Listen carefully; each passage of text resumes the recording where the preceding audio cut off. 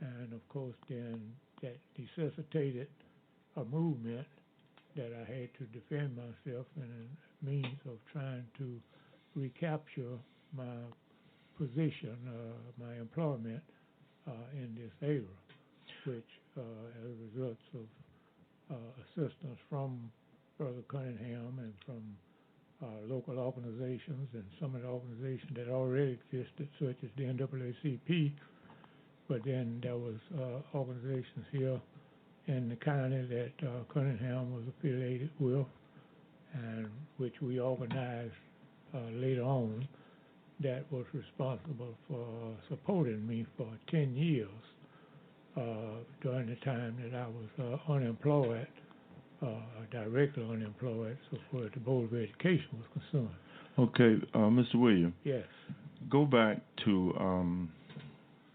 the year, if you can remember, the year that you was employed over at Monroe Intermediate now, which we call Parker's Bend, across the river, to that when that first began, if you can remember that year. There are stories written in newspapers. I have some of them on file here. But if you can, just recapture from what you said and go back to starting at that year, what year that this was beginning. I know this after schools were integrated, but go back to that year if you can recall that year. My wife may have to help me out with some of these dates, but I may go a little further back. I just an overview. I taught about 4 years as principal at Purdue Hill before that school was closed, and then I was transferred to Frisco City. I taught in the classroom there a couple of years, and after that time I was transferred to Brandenburg. Well, I started off at Tunnel Springs in 1954. 1954. That was my first employment at Tunnel Springs.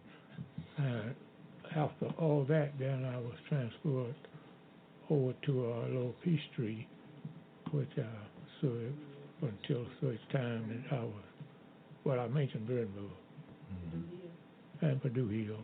I started at Purdue Hill, Frisco City, Tunnel Springs, Brandenburg, and then back to Lower Peachtree as principal. I think basically, we may go to the point where I was finally dismissed as principal by the Board of Education because of my civil rights activities, which were not so very much at that time, but being affiliated with Ezra Cunningham, which was very strong in civil rights movement, I automatically was branded as a civil rights activist. And of course I had no objections to it because I knew that what was going on was rightfully what needed to take place, and if we were going to ever overcome that problem, somebody had to step up and help Mr. Cunningham, who had done a wonderful job in civil rights movements. And anytime anybody was branded at that time as being in association with Ezra Cunningham, you became a hitman all of a sudden. And of course I was well aware of that when we took on this position. We didn't just start that way, but it started kind of accidentally. As I started off saying, I was in college at that time with his nephew. I think it's his nephew, Charles. He used to come up on weekends and pick us up and bring us home free. So naturally we became appreciative of the services that he was giving us, and he didn't have to take us back. We could always get back on our own. But every weekend, most weekends that we wanted to come, he was available to get us home and back if we had to use him. He was very open-hearted, and we began to appreciate him as a leader and as an associate, and even as a relative, because Charles was his nephew, and of course he treated us both the same, so I began to think of him as an uncle of mine, just like Charles did. But this is basically what got me involved, because later on Charles left the county. But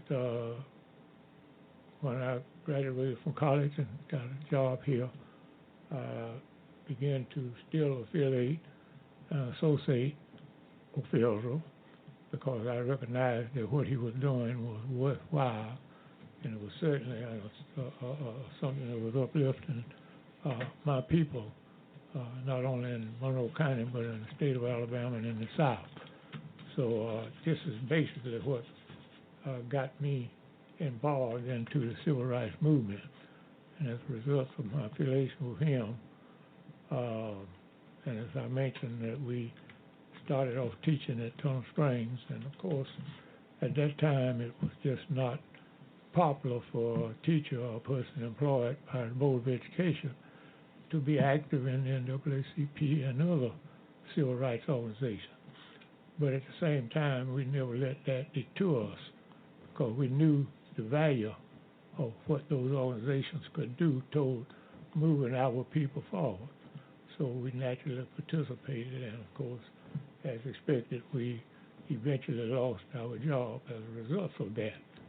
And of course, we were out of the teaching business for 10 years, but we continued to perform and work seriously with the civil rights movement.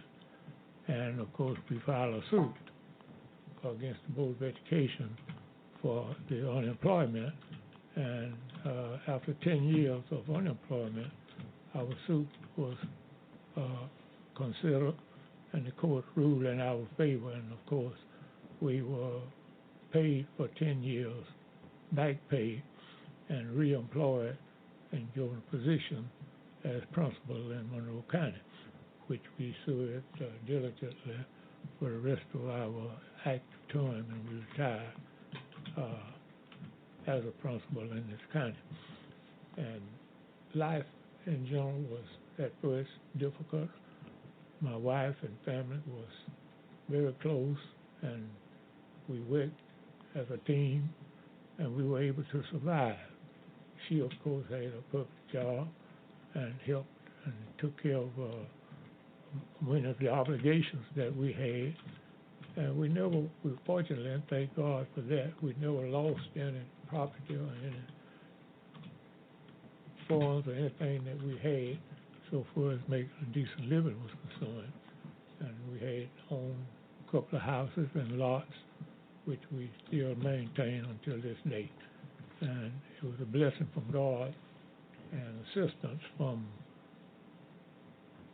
our friends and organizations, especially NAACP, Beat 10, Alabama New South, and all of the other organizations that we have been affiliated with that kept us above the water.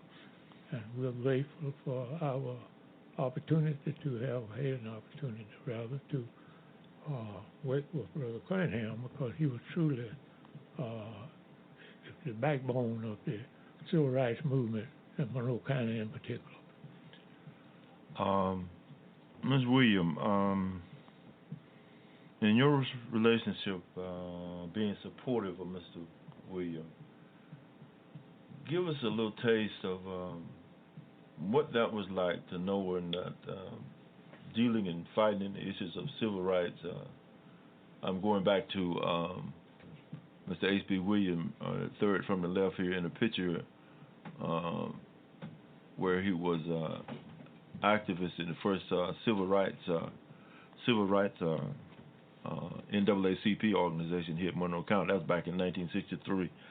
Being supportive of him and his endeavors and what he was out there doing, tell us a little bit about what that was like so far as in the family structure and keeping the kids and knowing that he was out there on that road or dealing with situations where our white brothers was not pleased with what he was doing.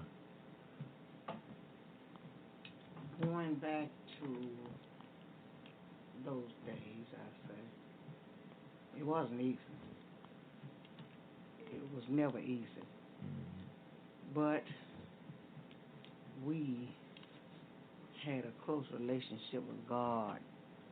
I guess that was the main thing, the main issue that kept me strong and our family strong, because all of this was going on. Yes, we had to tell our children these things was happening, but they didn't understand it. But they stood with us too. Mm-hmm. You know, it wasn't easy. It wasn't easy. It was very fearful and scary.